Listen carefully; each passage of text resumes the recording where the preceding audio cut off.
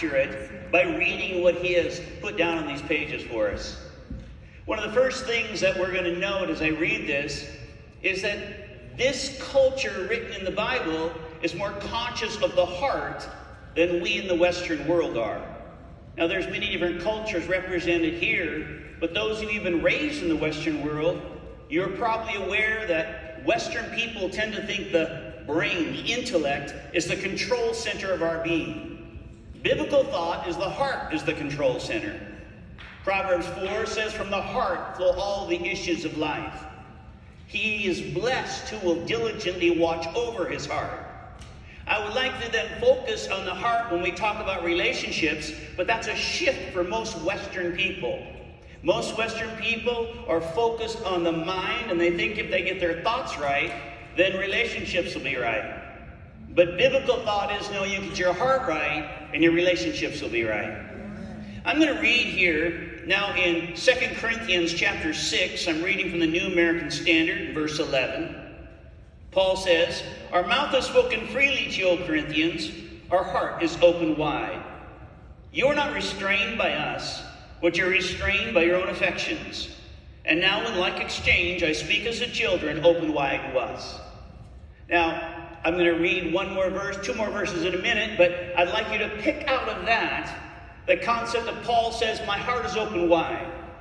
Again, this is a culture that's aware of the heart. One of the groups of people we worked with in Africa, they actually symbolized this in their relationships. Whenever you meet somebody, you would go up among this tribal people, shake hands like we normally would. You release hands, rotate your wrist, grab a hand again. So with a rotated wrist, you grab their hand again. Then as you release, you take your open hand, put it on your heart, and then swing the hand open. And that means I have nothing in my heart against you. Now, because this group of people are constantly interacting with each other that way, they are very aware of their heart toward every person they have contact with. If you put your hand over your heart and swing it and your hand is closed, it means we need to talk. It means that I have something against you, but I don't want it. I want to discuss it with you. Being a culture that's that aware of their heart, constantly interacting, constantly reminding each other, how am I with you? Where's our relationship with that? They are a very tight community. And some cultures have a more awareness of culture, of community, than we do in North America. So when Paul writes here, my heart is open wide, he's talking from that perspective.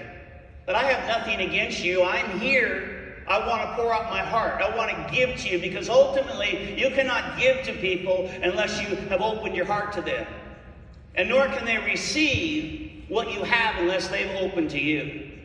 And so Paul says, my heart's open wide to you, but there in verse 13, he's asking them, please open your heart to me, because Paul understands if people are there with their walls up, they've got shields, they've got judgments, he knows he cannot impart what he has. And so he's asking, please, I have something to give you. I've got something to offer you.